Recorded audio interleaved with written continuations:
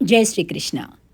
ఆండాల్ తిరువడిగళే శరణం.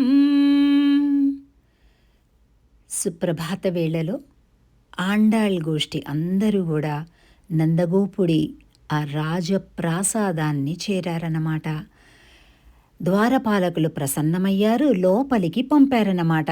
ఇక లోపలికి వెళ్తే ఉంది, మంచి పరిమళం వస్తూ ఉంది. అక్కడంతా కూడా విశాలమైనటువంటి పెద్ద భవనానికి ఈ మొత్తం అందరు గోపికలందరూ కూడా వరుస కట్టి వెళ్ళారన్నమాట.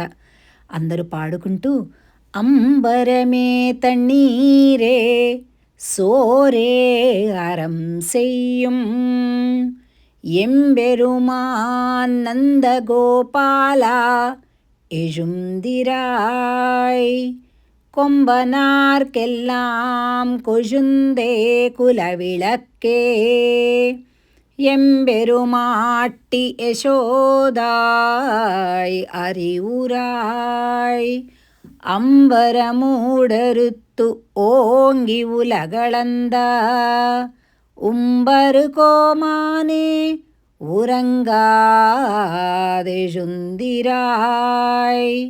கொம்பனார்க்கெல்லாம் கொழுந்தே குலவிளக்கே எம்பெருமாட்டி யசோதாய் அறிவுராய் அம்பரம் ஊடறுத்து ஓங்கி உலகளந்த உம்பரு கோமானே உறங்காதெழுந்திராய்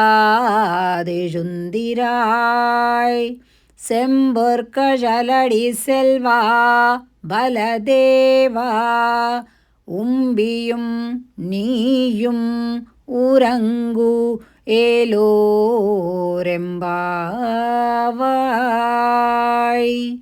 జలములను, అన్నములను, అలాగే వస్త్రములను అన్నింటినీ కూడా దానం చేసిన ఓ నందగోపాల అని పాడుతున్నారు. కృష్ణుడివన్నీ దానాలు చేశాడు కాబట్టి ఎక్కడి నుంచి వస్తాయి ఈ గుణాలు? తండ్రి అయిన నందగోపుడు దగ్గర నుంచే వస్తాయి కదా.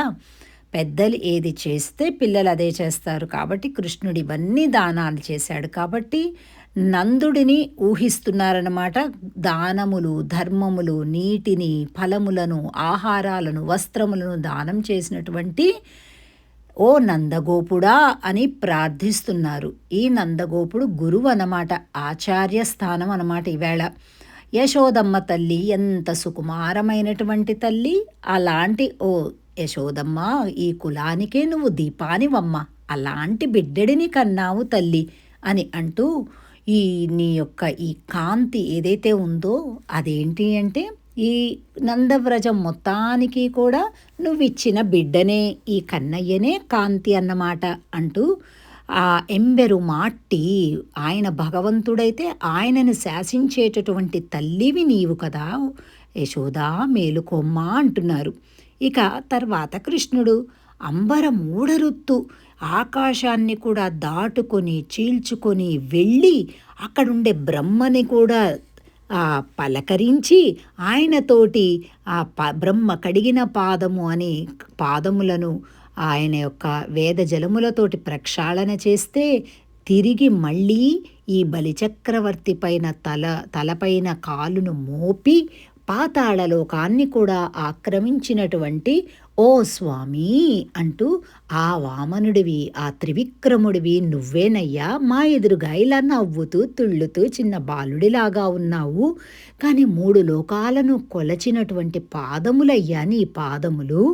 ఉంబరుకోమానే ఆకాశమును కూడా దాటినటువంటి తత్వమయ్యా. నీవు పడుకుంటావా? నువ్వు పడుకోకూడదయ్యా, నిద్రలే అని ప్రార్థిస్తున్నారు. ఇక బలరాముడొచ్చాడు. నాగలి పట్టుకున్నటువంటి ఆయన ముందు అడుగు పెట్టాడు ఈ నందవ్రజంలో. ఆయన అడుగు పెట్టాడు కాబట్టే కృష్ణుడొచ్చాడని బంగారు కడియాలు తొడిగారట బలరాముడికి.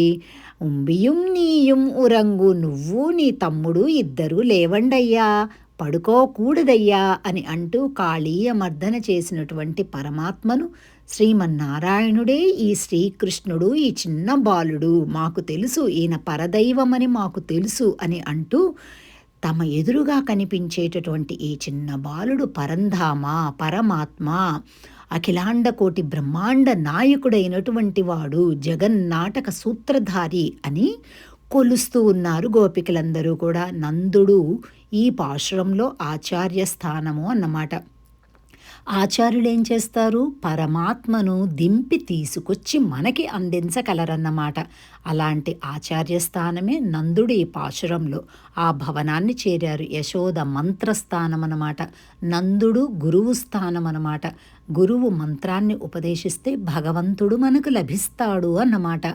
ఇలాంటి ఈ పాశురం రోజు విరివిగా దానములు, ధర్మములు, సన్మానములు, సత్కారములు అన్నీ చేసుకుందాం.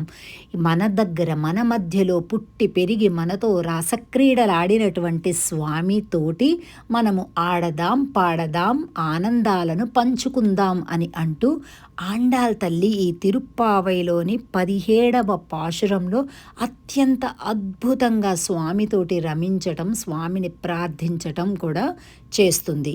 ఈరోజు పాశురం ఆచార్య ప్రధానమైనటువంటి పాశురంగా గుర్తించి మన పెద్దలు ఎంతో ఆనందంగా భక్తి ప్రపత్తులతోటి ఈ పాశురాన్ని సేవిస్తారన్నమాట. అదే తిరుప్పావై దివ్య ప్రబంధం. ఈ ప్రబంధంలో ఆండాల్ తల్లి తన స్నేహితురాళ్ళు అందరితో కూడా కలిపి వెళ్ళి ఇవన్నీ కూడా ప్రార్థనలు చేయటం, భగవంతుడు అనుగ్రహం కోసం పాడాలి, కీర్తించాలి అని అంటూ కీర్తన యొక్క ప్రాధాన్యత, పాడటం యొక్క ప్రాధాన్యత కూడా మనకి చెప్తుంది.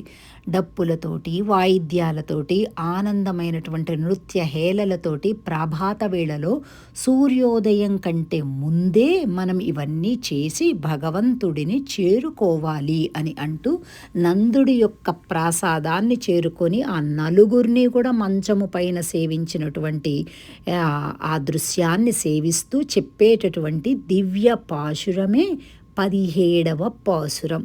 ఈ పాశురం సేవిద్దాం. ఆండాల్ తిరువడిగలే శరణం.